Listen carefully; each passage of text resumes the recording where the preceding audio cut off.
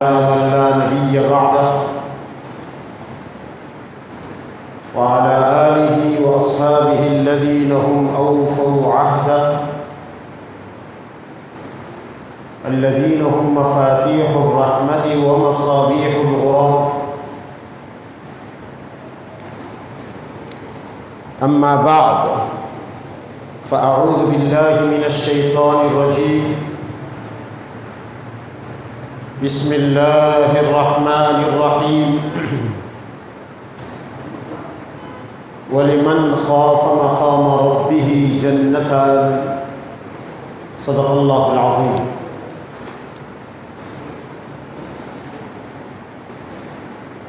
وقال الله في مقام آخر: وأما من خاف مقام ربه ونهى النفس عن الهوى فإن الجنة هي المأوى. صدق الله العظيم.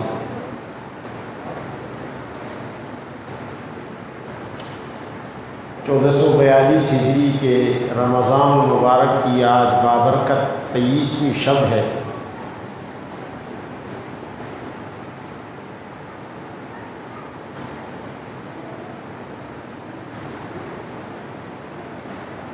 رمضان المبارک اللہ تعالیٰ کا ایک خصوصی تحفہ ہے جو اللہ نے ہمیں عطا کیا ہے.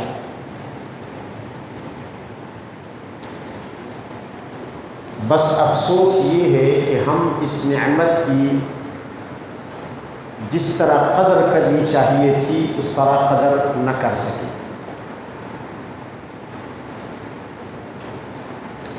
سلف صالحین حضرات صحابہ کرام و تابعین رضوان اللہ علیہم اجمعین رمضان ابھی شروع نہیں ہوتا 6 مہینے پہلے سے وہ اللہ تعالیٰ سے دعائیں مانگتے یا اللہ ہمیں رمضان نصیب فرما، اس لیے کہ وہ رمضان المبارک کی قدر و منزلت جانتے تھے. اور جب رمضان المبارک گزر جاتا تو 6 مہینے تک وہ اللہ تعالیٰ کا شکر ادا کرتے کہ اللہ نے رمضان نصیب فرمایا. اور ہماری حالت یہ ہے کہ جب رمضان میں کچھ وقت رہ جاتا ہے تو ہم پریشان ہونا شروع ہو جاتے ہیں کہ رمضان آ رہا ہے، کیا ہوگا. ہماری سوچ صحابہ کرام کی سوچ سے بالکل مختلف ہے.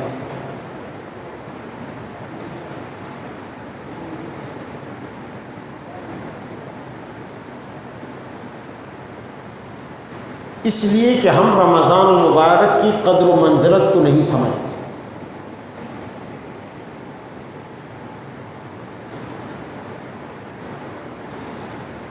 حدیث میں ہے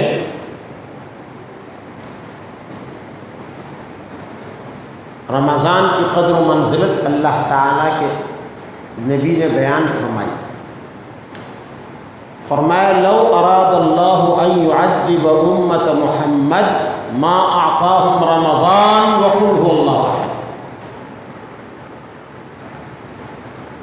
اگر اللہ تعالی محمد رسول اللہ صلی اللہ علیہ وسلم کی امت کو جڑ سے ختم کرنا چاہتا، انہیں ایسی سزا دیتا کہ نام و نشان باقی نہ رہتا، تو اللہ انہیں ہرگز رمضان کا مہینہ عطا نہ کرتا اور سورہ اخلاص نہ دیتا.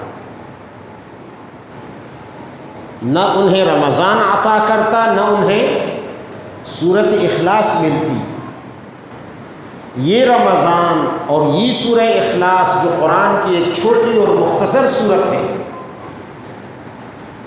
یہ اللہ کے اس عذاب کو روکنے والی چیزیں ہیں کہ جو ہمارے گناہوں کی وجہ سے ہمارے لیے لازم ہو چکا.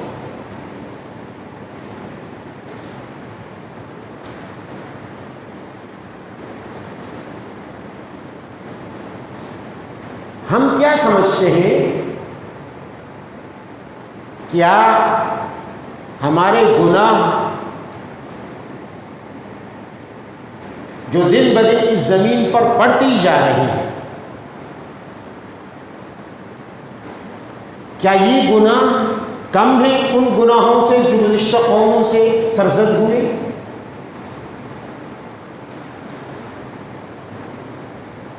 حضرت نوح علیہ السلام کی قوم، حضرت ہود علیہ السلام کی قوم، حضرت صالح علیہ السلام کی قوم، حضرت شعیب علیہ السلام کی قوم، حضرت لوط علیہ السلام کی قوم، حضرت موسیٰ علیہ السلام کی قوم، ان قوموں نے جو گناہ کیے، کیا آج وہ گناہ ہم میں نہیں پائے جاتے؟ کیا اس زمین پر شرک نہیں ہو رہا؟ کیا اس زمین پر ناک تول میں کمی نہیں ہو رہی؟ کیا اس زمین پر اللہ تعالیٰ کے حقوق کی پامالی نہیں ہو رہی؟ کیا اس زمین پر بندوں کے حقوق کی، حقوق العباد کی پامالی نہیں ہو رہی؟ کیا یہ زمین بے گناہوں کے خون سے سرخ نہیں ہو رہی؟ کیا سود کا بازار گرم نہیں؟ کیا رشوت کا بازار گرم نہیں؟ کیا زنا کے اڈے زمین پر موجود نہیں ہیں؟ کیا شراب خانے موجود نہیں ہیں؟ کیا بدکاریوں اور فحاشیوں میں یہ انسانیت مبتلا نہیں ہے؟ کون سی نافرمانی ہے اللہ کی کہ ان نافرمانیوں کی وجہ سے پچھلی قومیں تباہ ہوئی اور ہم نے وہ نافرمانیاں نہ ہوں، اس لیے ہم بچے ہوئے ہیں؟ تھوڑی دیر سوچنے کی بات ہے۔ من حیث الانسانیت اس دھرتی پر شرق سے لے کر غرب تک، جنوب سے شمال تک، پوری دنیا طرح طرح کے گناہوں میں لتھڑی ہوئی ہے۔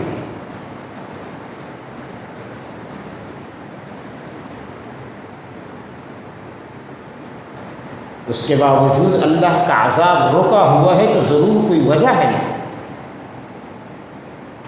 اور وجہ بتا دی کہ رکاوٹ کیا ہے؟ رمضان کا مہینہ، رکاوٹ کیا ہے؟ قرآن عظیم، رکاوٹ کیا ہے؟ سورہ اخلاص، سورۃ التوحید۔ یہ اللہ نے وہ تحفے عطا فرمائے ہیں اس امت کو کہ انہوں نے اللہ کے طرح طرح کے عذابوں کو روکا ہوا ہے۔ انفرادی طور پر عذاب آتے ہیں، جزوی طور پر بھی آتے ہیں، کہیں زلزلہ آیا، کہیں سیلاب آیا، کہیں طوفان آیا، کہیں کوئی اور آپس میں ناچاقی اور نا اتفاقی پیدا ہو گئی، آپس کی لڑائیاں ہو گئی، یہ بھی عذاب کی شکل ہے۔ قل هو القادر على ان يبعث عليكم عذابا من فوقكم او من تحت ارجلكم او يلبسكم شيعا ويذيق بعضكم بأس بعض۔ سورہ نعم میں فرمایا کہ اللہ تعالیٰ ہر طرح کا عذاب نازل کرنے پر قدرت رکھتا ہے، ہر قسم کا عذاب بھیجنے پر آج بھی قدرت رکھتا ہے، چاہے تو آسمان سے عذاب بھیج دے، چاہے تو پاؤں کے نیچے سے انسانوں کو تباہ و برباد کر دے، چاہے تو آپس میں بھیڑا دے، قومیت کے نام پر، رنگ کے نام پر، زبان کے نام پر آپس میں ہی بھیڑا دے۔ یہ عذاب کی شکلیں، جزوی عذاب آتے ہیں، ایسا نہیں ہے کہ اللہ نے بالکل عذاب کا فیصلہ ہی واپس لے لیا، لیکن اس طرح کا عذاب کہ پوری امت ملیامٹ ہو جائے، قوم سمود کی طرح، قوم عاد کی طرح، قوم نوح کی طرح، ایسا عذاب نہیں آ رہا تو اس کی وجہ ہے اس کے لیے اللہ نے سد سکندری بنا دیا ہے رمضان کے مہینے کو. لیکن اگر رمضان کا مہینہ ہمارے لیے رمضان ہی نہ رہے، ہم اس کو دوسرے مہینوں کی طرح بنا دیں، جیسے دوسرے مہینوں میں ہم سرعام کھاتے ہیں پیتے ہیں، رمضان میں بھی سرعام کھانا پینا شروع کر دیں اور رمضان کو ہم رمضان کی حیثیت نہ دیں، تو پھر یہ رمضان ہمارے لیے وبال جان بنے گا، ہمارے لیے عذاب میں رکاوٹ نہیں بنے گا. اس لیے فرمایا لو اراد اللہ ان يعذب امت محمد ما اعطاهم رمضان وقل هو اللہ. اور کیوں نہ ہو ہم اللہ تعالیٰ کی نعمتیں خوب دبا کر کھاتے ہیں، ڈکار لیے بغیر ہضم کر جاتے ہیں رات دن. اس کی کون سی نعمت ہے؟ فبأي آلاء ربكما تكذبان، کون سی نعمت ہے؟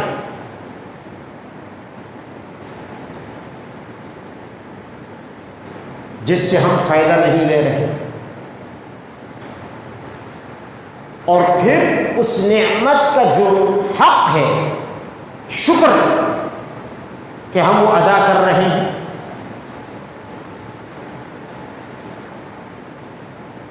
ہم مسلمانوں کی حالت یہ ہے کہ ہم کافر تو کافر، ان سے تو گلہ نہیں، ہم کتنے ناشکرے ہو گئے. ہم نے اللہ کے احسانات کو احسان سمجھنا چھوڑ دیا، نعمت سمجھنا چھوڑ دیا. اسی لیے جب عذاب آتا ہے تو ہم اسے بھی عذاب نہیں سمجھتے، ہم کہتے ہیں اس کی سائنسی توجیحات ڈھونڈتے ہیں. بھئی زلزلہ اس لیے آ رہا ہے کہ نیچے زمین میں پلیٹیں ادھر ادھر ہو گئی. تو بھئی زمین میں پلیٹیں ادھر ادھر ہو گئی تو کسی کے حکم سے ہوئی ہوگی نا، کسی نے ادھر ادھر کی ہوگی نا، ورنہ عام دنوں میں کیوں ادھر ادھر نہیں ہوتی. اگر کرونا یا کسی اور وبا کی شکل میں کوئی عذاب آتا ہے، ہم کہتے ہیں نہیں یہ تو کوئی وائرس پھیل گیا ہے بس، اس لیے اب کرونا سے لڑنا ہے، وائرس سے لڑنا ہے، ڈرنا نہیں ہے.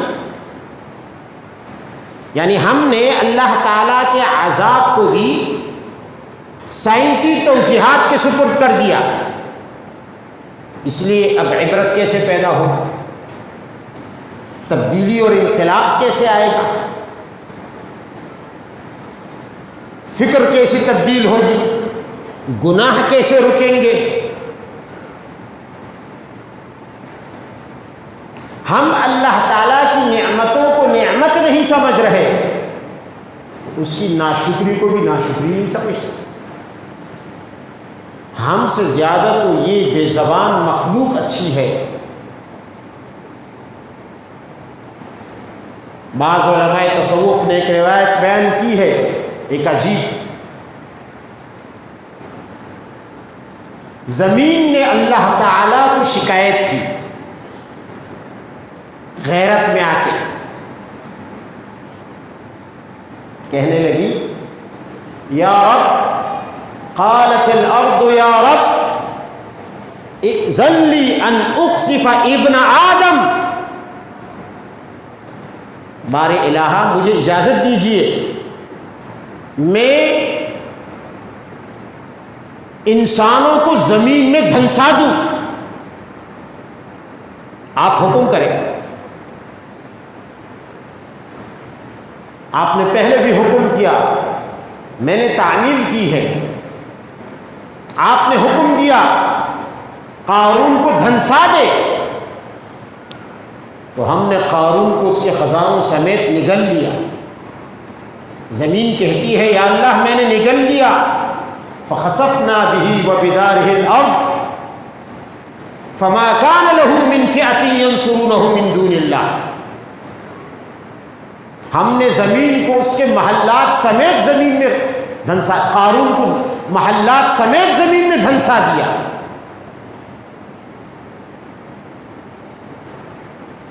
تو زمین تو حکم کی منتظر ہے، اجازت چاہتی ہے. کیوں؟ زمین وجہ بیان کرتی ہے، اس لیے کہ یا اللہ فقط طعم رزقک ومنع شکرک، یہ انسان اتنا نمک حرام ہو گیا ہے کہ تیرے دسترخوان نعمت سے، طرح طرح کے رزقوں سے، طرح طرح کی روزی سے، طرح طرح کی نعمتوں سے لطف اندوز ہو رہا ہے، مزے لے رہا ہے، ہر طرح کی نعمت تیری طرف سے اسے مل رہی ہے، وَمَنَعَ شُكْرَكَ، اور یہی انسان تیری نعمت کو کھانے کے بعد تیرا احسان بھی نہیں مانتا، تیرا شکر بھی نہیں ادا کرتا، انکار کرتا ہے۔ اور یہ گلہ صرف زمین کو نہیں ہے، رب العالمین کو بھی ہے۔ قرآن عظیم میں ہے ان الانسان لکفور، انسان ناشکرا ہے۔ قرآن عظیم میں بھی ہے وقلیل من عبادی الشکور، بہت کم بندے ہیں، بہت کم بندے، گنے چنے۔ اللہ کہہ رہا ہے، یہ شکوہ ہے اللہ کا انسانوں سے کہ میری نعمتیں کھانے کے بعد شکر گزار بندے بہت کم ہوتے ہیں۔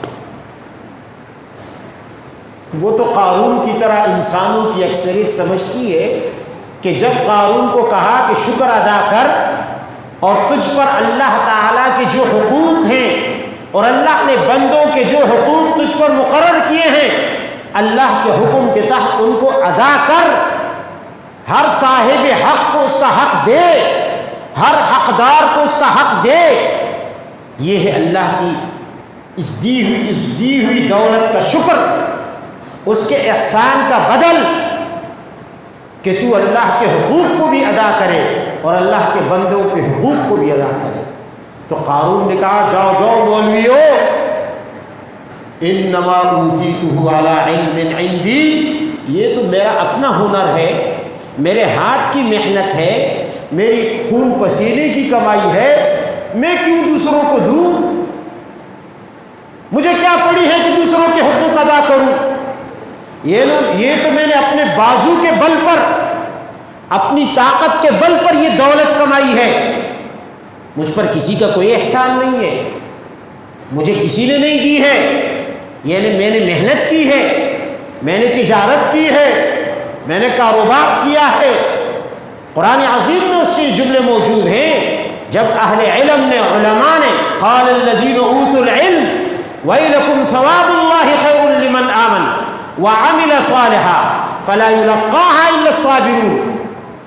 اہل علم نے اسے کہا بھی، سمجھایا بھی، اس کے باوجود وہ نہیں سمجھا۔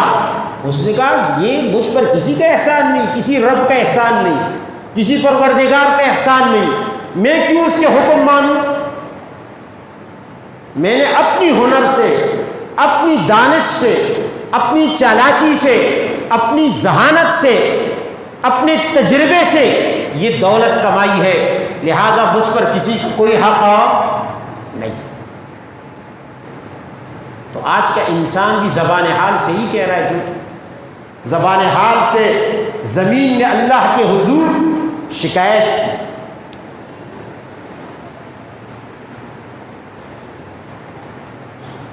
زمین نے اللہ کے حضور شکایت کی، آسمان نے کہا قالت السماء، آسمان نے بھی کہا یا رب پروردگارم اذن لی ان اسقط کسفا علی ابن آدم، یا اللہ کی اجازت دیجیے میں آسمان سے کوئی بہاری ٹکڑا اپنا انسانوں پر گرا دیتا ہوں، جو انہیں پیس کر رکھ دے، انہیں ٹکڑے ٹکڑے کر کے رکھ دے، تباہ و برباد کر دے۔ کیوں؟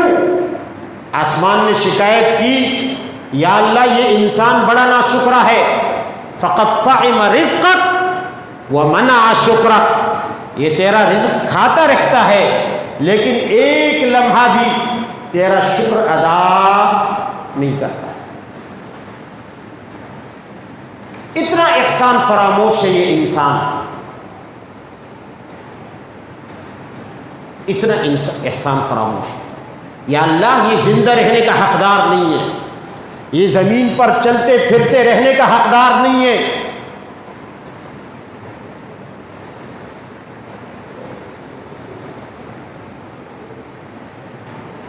آسمان نے بھی غیرت میں آ کر انسان کی ناشکری کو دیکھ کر اللہ کے حضور اجازت مانگی. قالت الجبال، روایت میں ہے کہ پہاڑوں نے کہا یا رب اذن لی ان اخر علی ابن آدم، یا رب اجازت دیجئے ہم یہ فلک بوز پہاڑ ان انسانوں کو پیس کر رکھ دیں، انہیں ٹکڑے ٹکڑے کر دیں. کیوں؟ انہوں نے بھی یہی شکایت کی فقطعم رزقک ومنع شکرک، اس نے تیرا رزق کھایا مگر تیری بندگی کا حق ادا نہیں کیا، تیری بندگی کا حق ادا نہیں کیا.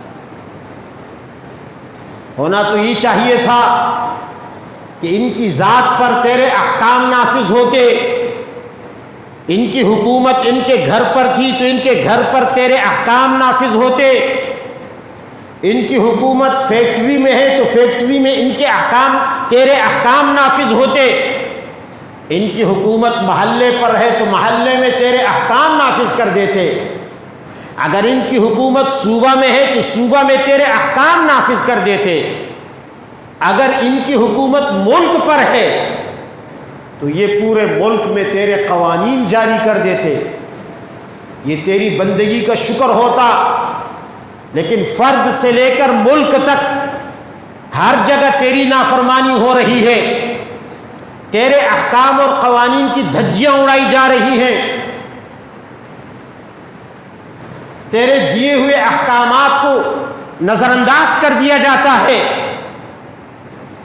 اور نعمتیں تیری کھاتے ہیں، رزق تیرا لیتے ہیں، پانی تیرا پیتے ہیں، اناج تیرا کھاتے ہیں، تیری زمین پر چلتے ہیں، تیرے سورج اور چاند کی روشنی سے فائدہ لیتے ہیں، اور تیری دی ہوئی ہوا میں سانس لیتے ہیں. فقطعم رزقک ومنع شکرک، پہاڑ کہتے ہیں یا اللہ فرد سے لے کر ملک تک ہر جگہ تیری نافرمانی کرتے رہتے ہیں، تیرے احکام کی ناقدری کرتے رہتے ہیں، یہی ان کی ناشکری ہے. آپ اجازت دیں کہ ہم انہیں پیس کر رکھ دیں.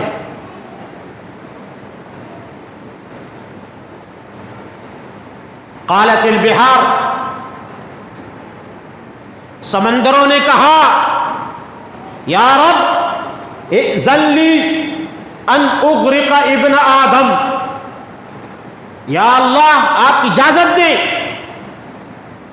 ہم گلی گلی گھر گھر انسانوں کے شہروں اور دیہاتوں میں، قصبوں میں، بستیوں میں ہم سونامی برپا کر دیں، انہیں غرق کر دیں. آپ اجازت دیں. آپ کی اجازت سے ہم نے قوم نوح کو غرق کیا تھا، آپ نے حکم دیا تھا کہ نوح علیہ السلام کی قوم کو غرق کر دو. آج بھی ہم آپ کی اجازت کے منتظر ہیں، اس لیے کہ جو کام نوح کی قوم نے کیا وہی آج کے انسان بھی کر رہے ہیں. فقطعم رزقک ومنع شکرک، رزق آپ کا کھاتے ہیں، رزق آپ کا، اور قوانین اور احکام شیطان کے بجا لاتے ہیں. احکام اور قوانین شیطانی قوانین اپناتے ہیں، کفار کے قوانین، کفار کا طرز زندگی، کفار کا بود و باش، کفار کی شکل و صورت، کفار کی نقل و حرکت، کفار کا طرز زندگی، کفار کی طرح ناشکری، کفار کی طرح رب سے بغاوت، کفار کی طرح شرک، کفار کی طرح رسم و رواج. زندگی کا کون سا شعبہ ہے جہاں انہوں نے تیرے قوانین پر عمل کیا؟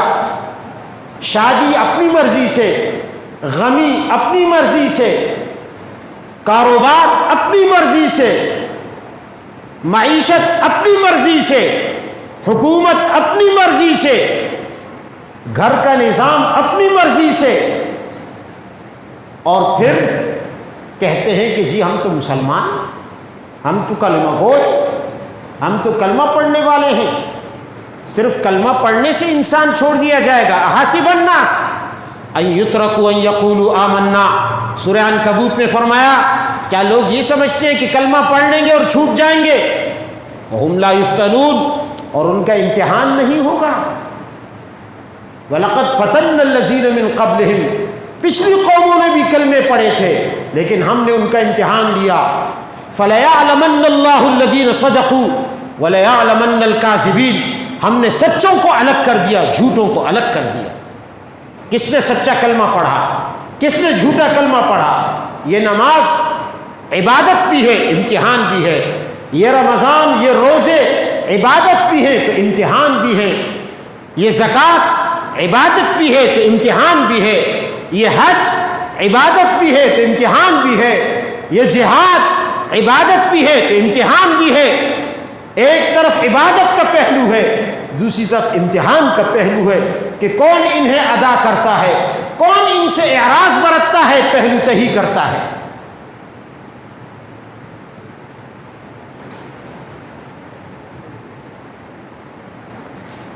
آج رمضان کا روزہ ہمارے لیے امتحان نہیں ہے؟ اس امتحان میں کتنے مسلمان فیل ہو جاتے ہیں۔ نماز ہمارے لیے امتحان نہیں ہے؟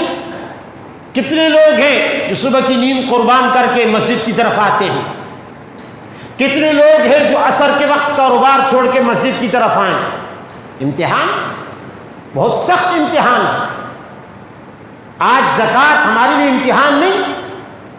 کتنے لوگ ہیں جو حکومت کو درخواست دے دیتے ہیں کہ جی ہم تو، ہمارا تعلق تو شیعہ مذہب سے، ہم سے زکوٰۃ نہ لی جائے، ہم تو زکوٰۃ کو نہیں مانتے،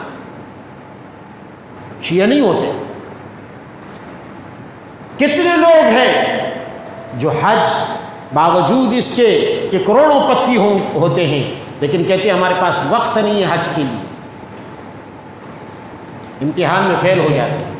کتنے لوگ ہیں جو جہاد سے پہلو تہی کرتے ہیں، کہتے جی ہم ان چکروں میں نہیں پڑتے، اللہ اعوذ باللہ، استغفر اللہ، اللہ کے حکم کو چکر کہہ دیتے کہ یہ چکر ہے، ہم ان چکروں میں نہیں پڑتے۔ اچھا، ان چکروں میں اللہ کے نبی پڑھے، صحابہ کرام پڑھے، اور آج کا تیسمار خان کہتا ہے یہ چکر ہے، میں ان چکروں میں نہیں پڑتا، فیل ہو گیا امتحان۔ یہ تو اللہ کریم ذات ہے۔ اب دیکھو، زمین نے شکایت کی، اجازت مانگی، آسمان نے اجازت مانگی، پہاڑوں نے اجازت مانگی، سمندروں نے اجازت مانگی، کس بات پر؟ کہ یا اللہ تیرا کھاتے ہیں پر تیرا مانتے نہیں ہیں، ناشکری کرتے ہیں، تیرے احکام کو نظر انداز کر دیتے ہیں، ان کا ٹھٹا اڑاتے ہیں، مذاق کرتے ہیں، لہذا ہم وہ مخلوق ہیں یا اللہ جو ہر وقت تیری تسبیح کرتے ہیں۔ نعمتیں سارے انسانوں پر، نعمتیں ساری انسانوں پر، نعمتیں ساری کی ساری، پہاڑ پر کوئی نعمت نہیں، آسمان پر کوئی نعمت نہیں، زمین پر کوئی نعمت نہیں۔ زمین تو پٹتی رہتی ہے بیچاری انسانوں کے ہاتھوں، کوئی کھودتا ہے، کوئی مارتا ہے، کوئی اس پہ مودتا ہے، زمین تو پٹتی رہتی ہے، ذلیل ہوتی رہتی ہے، کوئی نعمت زمین پر نہیں، کوئی نعمت پہاڑ پر نہیں، کوئی نعمت سمندر پر نہیں، نعمتیں ساری انسانوں پر۔ اور جن مخلوق پر نعمتیں ایک بھی نہیں، ان کے 24 گھنٹے اللہ کی تسبیح اور تحلیل اور تقدیس اور حمد اور شکر اور ثنا میں گزرتے ہیں۔ یہ زمین اللہ کی تسبیح بیان کرتی ہے، یہ آسمان اللہ کی تسبیح بیان کرتے ہیں، یہ پہاڑ اللہ کی تسبیح اور حمد و ثنا بیان کرتے ہیں، یہ سمندر اللہ کی حمد و ثنا بیان کرتے ہیں۔ قرآن عظیم میں ہے وَإِن مِّن شَيْءٍ إِلَّا يُسَبِّحُ بِحَمْدِهِ، کائنات کی ہر چیز اللہ کی تسبیح اور حمد و ثنا بیان کرتی ہے۔ نعمتیں انسان پر ہیں، شکریہ یہ مخلوق ادا کرتی ہے۔ تو انہیں غیرت آئی کہ ہم سے زیادہ شکر گزار تو انسان کو ہونا چاہیے تھا،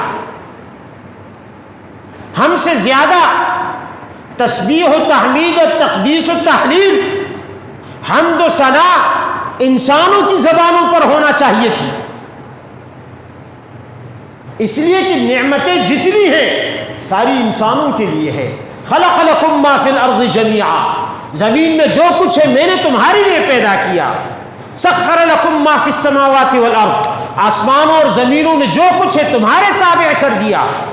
آسمانوں کی نعمتیں بھی انسانوں کے لیے، زمین کی نعمتیں بھی انسانوں کے لیے، پہاڑوں کی نعمتیں بھی انسانوں کے لیے، سمندروں کی نعمتیں بھی انسانوں کے لیے۔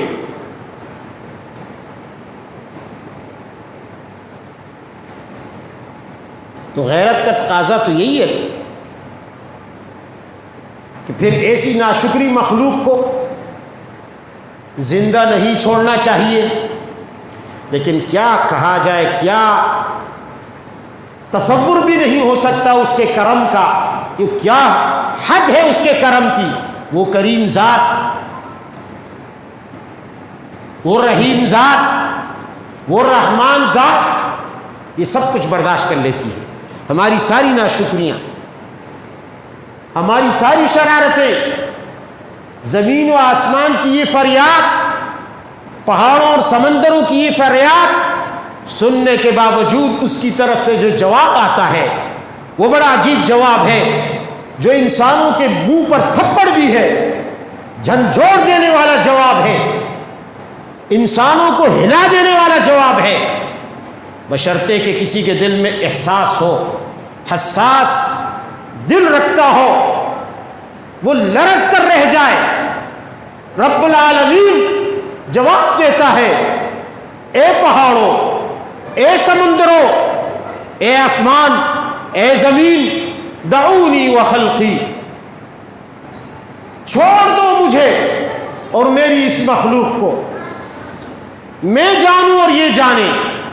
تم کون ہوتے ہو بیچ میں آنے والے؟ لو خلقتموہم لرحمتموہم، اگر تم نے ان کو پیدا کیا ہوا ہوتا تو تم بھی ان پر رحم کرتے، اگر تم نے انہیں پیدا کیا ہوا ہوتا تو تم بھی ان پر کرم کرتے۔ تم نے پیدا نہیں کیا، اس لیے تمہیں ان سے پیار نہیں ہے۔ میں نے پیدا کیا ہے، میں ان کا خالق ہوں، یہ میری مخلوق ہے، تبھی تو مجھے ان سے پیار ہے، ان سے محبت ہے، ان کی ساری شرارتیں نظر انداز کر رہا ہوں۔ ماں بچے کی ساری شرارتوں کو نظر انداز کر دیتی ہے، کرتی ہے نہیں کرتی؟ کرتی ہے نا۔ کیوں کرتی ہے؟ اس لیے کہ ماں نے بچے کو جنا ہوا ہوتا ہے، کسی اور کو بچے پر وہ ترس، وہ شفقت نہیں آ سکتی جو ماں کو ہوتی ہے۔ اس لیے بچہ جتنا بھی شرارت کر، جتنی بھی شرارت کر لے، ماں اسے آخرکار اپنے سینے ہی سے چمٹاتی ہے، اس لیے کہ بچہ ماں نے جنا ہے، اس نے پیدا نہیں کیا، اس نے صرف جنا ہے۔ اس کا کردار تخلیق میں نہیں ہے، جننے میں ہے، ولادت میں ہے۔ جب ولادت میں اتنا اس کا کردار ہے، اتنا سا کردار ہے، اور اس کردار کی بنیاد پر وہ بچے سے اتنی محبت کرتی ہے کہ اس کی ساری شرارتوں کو نظر انداز کر دیتی ہے۔ ہاں کبھی کبھی تنگ آ کر تھپڑ بھی مار دیتی ہے، لیکن پھر آخرکار سینے سے چمٹا لیتی ہے۔ تو جس ذات نے مخلوق کو اپنے ہاتھ سے پیدا کیا، انسان کو، خلقت بیدی، آدم علیہ السلام کے لیے فرمایا کہ میں نے اپنے ہاتھوں سے پیدا کیا۔ اللہ نے فرمایا، اے پہاڑوں، اے سمندروں، اے آسمان و زمین، لو خلقتموہم لرحمتموہم، اس جملے کو سمجھیں، اگر تم نے ان کو پیدا کیا ہوا ہوتا نا تو تم بھی ان پر رحم کرتے۔ تم نے پیدا نہیں کیا، ان کی تخلیق نہیں کی، اس لیے تم ان کے متعلق شکایت کے انبار لگا رہے ہو، فَإِنَّهُمْ عِبَادِي، یہ انسان یہ میرے بندے ہیں، فَإِن تَابُوا إِلَيَّ، اگر انہوں نے توبہ کر لی میں مہلت پہ مہلت دیے چلا جا رہا ہوں اور ان کو مہلت پہ مہلت دیتا چلا جاؤں گا، جب بھی زندگی میں مرنے سے پہلے یہ توبہ کر کے میری طرف پلٹ آئیں گے، فَأَنَا حَبِيبُهُمْ، تو میں ان کا محبوب رب ان کے استقبال کے لیے کھڑا ہوں گا، میں ان کا محبوب رب ان کا استقبال کروں گا۔ وَإِن لَّمْ يَتُوبُوا، اور اگر انہوں نے توبہ نہیں کی تو اے آسمان تیرا کیا کام، اے زمین تیرا کیا کام، اے سمندر تیرا کیا کام، اے پہاڑ تیرا کیا کام، اگر یہ توبہ نہیں کریں گے فَأَنَا طَبِيبُهُمْ، تو میں جانوں اور یہ جانے پھر ان کا طبیب بھی میں ہوں۔ توبہ کریں گے تو حبیب میں ہوں، نہیں کریں گے طبیب بھی میں ہوں۔ تمہیں دخل دینے کی ضرورت نہیں ہے، یہ ہے وہ الہی جواب۔ سبحان اللہ تو کہہ دے۔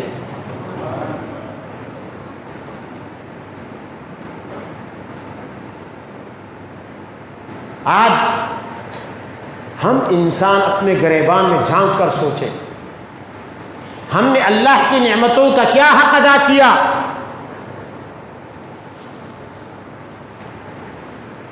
رمضان کو ہم کس طرح نظر انداز کر رہے ہیں، کس طرح گزار رہے ہیں؟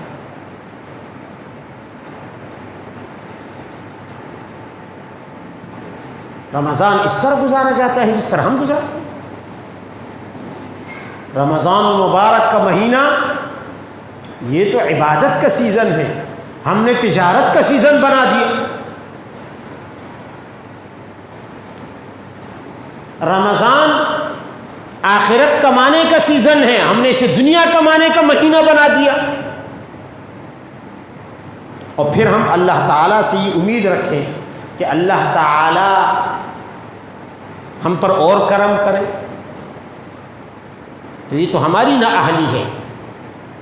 یاد رکھیے رب العالمین کریم ذات ہے، رب العالمین رحیم ذات ہے، لیکن یہ اس کی صفات کا ایک پہلو ہے۔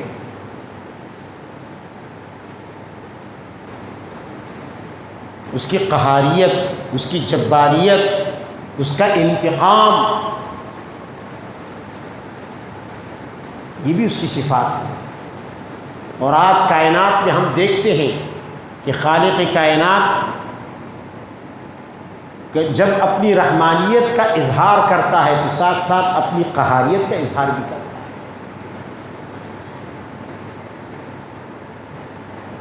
آج دنیا کورونا میں مبتلا ہے، کیا اس انسان کو نہیں چاہیے تھا کہ اس کورونا سے اللہ کی پناہ میں آتا؟ افلاطون نے موسیٰ علیہ السلام سے پوچھا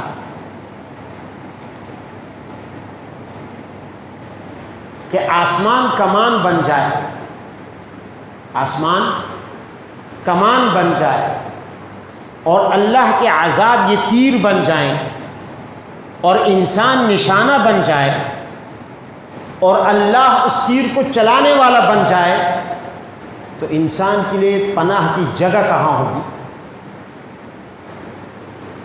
انسان کے لیے پناہ کی جگہ کہاں ہوگی؟ بچ سکتا ہے آدمی؟ یا معشر الجن والانس ان استطعتم ان تنفذوا من اقطار السماوات والارض فانفذوا۔ اللہ نے تو چیلنج دے دیا ہے، اے جن و انس، جنات کو بھی انسانوں کو بھی اللہ نے چیلنج دے دیا، ان استطعتم ان تنفذوا من اقطار السماوات والارض، اگر آسمانوں اور زمین کی حدود سے نکل سکتے ہو فانفذوا، نکل جاؤ، بھاگ جاؤ۔ آج تک کوئی انسان آسمانوں اور زمینوں کی حدود سے باہر بھاگ نہیں سکا ہے اللہ سے۔ بھاگتے بھاگتے بھاگتے بھاگتے آسمان اور زمین کی حدود سے نکل گیا ہو، سائنس کی تمام تر ترقی کے باوجود اللہ نے چیلنج دیا۔ تو اس نے سوال کیا کہ پھر بچاؤ کی کوئی جگہ ہے؟ حضرت موسیٰ علیہ السلام نے فرمایا ہاں۔ اس نے پوچھا بچاؤ کی جگہ کہاں ہے؟ جب پورا آسمان کمان ہو، سارے عذاب تیر بن جائے، انسان کہاں بھاگے گا؟ فرمایا تیر مارنے والے کے پہلو میں جا کے اپنے آپ کو بچا لے۔ بچاؤ کی جگہ بھی وہی ہے۔ اللہ ملجأ من اللہ الا الیہ، پناہ کے لیے اور کہاں جانا ہوگا؟ اسی ذات کی طرف واپس پلٹنا ہوگا۔ تیر مارنے والے کی پناہ میں چلا جائے تو تیروں سے بچ جائے گا۔ آج ہم اس پناہ کو خود نظر انداز کر رہے ہیں۔ یہ نماز یہ اسی کی پناہ ہے، یہ روزہ اسی کی پناہ ہے، یہ حج اسی کی پناہ ہے، یہ جہاد اسی کی پناہ ہے، یہ زکوٰۃ اسی کی عبادت اسی کی پناہ گاہ ہے۔ ہم نے ان پناہ گاہوں کو خود توڑ دیا، ہم ان قلعوں سے باہر آ گئے، یہ جو محفوظ قلعے تھے عبادت کے، تو پھر ہم ان تیروں سے کیسے بچ سکتے ہیں؟ تو کرونا کیا چیز ہے؟ اس سے بڑے بڑے تیر اللہ نے آسمان کی طرف سے چلائے اور قومیں تباہ ہو گئی۔ سورہ بقرہ میں حضرت حزقیل علیہ السلام کی قوم کا قصہ نہیں؟ الم تر الی الذین خرجوا من دیارہم وہم الوف حذر الموت فقال لهم اللہ موتوا۔ حضرت حزقیل علیہ السلام کی قوم، مفسرین لکھتے ہیں 10,000 کی تعداد تھی، قرآن کہتے ہیں الوف، ہزاروں کی تعداد میں تھے۔ ان کے علاقے میں کوئی وبا آئی، اس وبا کے ڈر سے وہ بھاگے کہ یہاں موت ہے، جیسے آج ہم انسان بھاگ رہے ہیں۔ پچھلے دنوں خبر آئی کہ ہندوستان میں کرونا آج کل بہت زیادہ ہو گیا، تو جو مالدار لوگ ہیں وہ جہاز بھر بھر کر وہاں سے بھاگ رہے ہیں۔ کہاں بھاگیں گے؟ اینما تکونوا یدرککم الموت ولو کنتم فی بروج مشیدہ، تم جہاں بھی جاؤ گے موت تمہارا پیچھا کرے گی، موت سے تو بچ نہیں سکتے۔ وہ مشہور کیا تھا وہ اداکار امریکہ کا، نام بھول گیا میں، کالا جس نے اپنی سرجری کرائی تھی، مائیکل جیکسن، کہتے ہیں کہ اس نے 150 سال تک زندہ رہنے کا پروگرام بنا لیا تھا۔ کتنا؟ 150 سال تک ایسا محل بنایا اس نے کہ اس میں کوئی مچھر، کوئی ایسی چیز اندر نہ آ سکے جو بیماری کا سبب بن سکے۔ ڈاکٹروں کی ایک ٹیم مستقل اس کے سرحانے رہتی تھی، اس کے ساتھ رہتی تھی۔ اس نے انتظام کر لیا، اس نے کہا میرا 150 سال تک جینے کا ارادہ ہے۔ ایسا گھر بنایا کہ اس میں کوئی بیکٹیریا، کوئی جرثومہ، کوئی وائرس اندر قدم نہیں رکھ سکتا۔ آج دنیا میں زمین پر زندہ ہے، 50 سال بھی شاید پورے نہ کر سکا، 150 سال تو دور کی بات تھی، چلا گیا اس دنیا سے۔ کہاں بھاگو گے؟ اینما تکونوا یدرککم الموت ولو کنتم فی بروج مشیدہ، تم بڑے مضبوط محل بنا لو، بچ نہیں سکتے۔ انہوں نے بھی سوچا کہ ہمارے شہر میں وبا آئی ہے، موت کا راج ہو گیا ہے، بھاگو۔ ہزارہ لوگ بھاگے۔ اللہ عرش سے دیکھ رہا ہے، مسکرا بھی رہا ہوگا، کیسے بیوقوف لوگ ہیں، موت سے بھاگ رہے ہیں۔ اللہ نے ملک الموت کو حکم دیا راستے ہی میں ان سب کی روحیں قبض کر لو۔ فقال لهم اللہ موتوا، اللہ نے کہا مر جاؤ، بغیر وبا کے، بغیر بلا کے، بغیر آفت کے، بغیر بیماری کے، 1 سیکنڈ میں اللہ نے حکم دیا اور فرشتے کو حکم دیا کہ ان کی روحیں قبض کر لو۔ سیکنڈ بھی نہ لگا ہوگا، سب کی روحیں قبض ہو گئی، سب وہیں گر کر رہ گئے، سب مر گئے۔ تھوڑی دیر ان کو مردہ رکھا، ثم احیاہم، پھر دوبارہ زندہ کر دیا۔ بتاؤ اب، فرمایا اب بتاؤ موت سے کہاں بھاگو گے؟ تم اپنے علاقے سے اس لیے بھاگ رہے تھے کہ وہاں موت تمہارا پیچھا کر رہی تھی، تم اپنے علاقے سے نکل آئے، پھر بھی موت سے خلاصی نہ پا سکے۔ تو آج یہ وبا یہ کیا ہے؟ اس وبا سے اگر بچنا ہے تو وبا لانے والے بھیجنے والے ہی کے پاس جا کے پناہ لینی ہوگی، ہمیں اسی کی طرف رجوع کرنا ہوگا۔ لیکن افسوس یہ ہے کہ کوئی دجالی سسٹم ہے، واللہ عالم کیا ہے، کہ وہ جگہیں بھی بند کر دی جہاں دعائیں قبول ہوتی ہیں۔ جی مسجدوں کو بند کر دو، حرم کو بند کر دو، مسجد نبوی کو بند کر دو، آب زمزم سے دور رہو۔ جہاں دعا قبول ہوتی ہے تیر بھیجنے والے کے پاس، تیر پھینکنے والے کے پاس پناہ لینا پڑتی ہے۔ جو بچاؤ کی جگہ ہیں وہ بھی ہم پر بند کرا دی گئی، اس سے بھی ہمیں محروم کیا جا رہا ہے۔ ہمیں یہ فکر تو ہے کہ ہماری مارکیٹیں بند ہو رہی ہیں، یہ فکر نہیں ہے کہ مسجدیں بند ہو رہی ہیں۔ ہم مارکیٹوں میں نہیں بچ سکتے اس کے عذاب سے، ہم بچیں گے تو مسجدوں میں بچیں گے۔ تو بہرحال رمضان المبارک کی چند دن رہ گئے، ان چند راتوں میں ہمیں اپنی اصلاح اور رجوع الی اللہ کی فکر کرنی ہے کہ ہمیں اللہ کی طرف پلٹ کر کیسے آنا ہے اور کس طرح ہم اپنے پچھلے گناہوں کو معاف کرا دیں۔ یہ آخری عشرہ، اس کی چند راتیں بہت قیمتی ہیں، اسی میں تو طاق راتیں بھی ہیں بہرحال، اور یہ جہنم کی نجات سے آزادی کا عشرہ ہے۔ اللہ سے دعا کریں اللہ تعالیٰ مجھے بھی جہنم کی آگ سے آزادی کا پروانہ نصیب فرمائے، آپ حضرات کو بھی نصیب فرمائے، اور اللہ تعالیٰ ہم سب کو اپنے دنیاوی اور اخروی عذاب سے ہماری حفاظت فرمائے۔ وآخر دعوانا ان الحمد للہ رب العالمین۔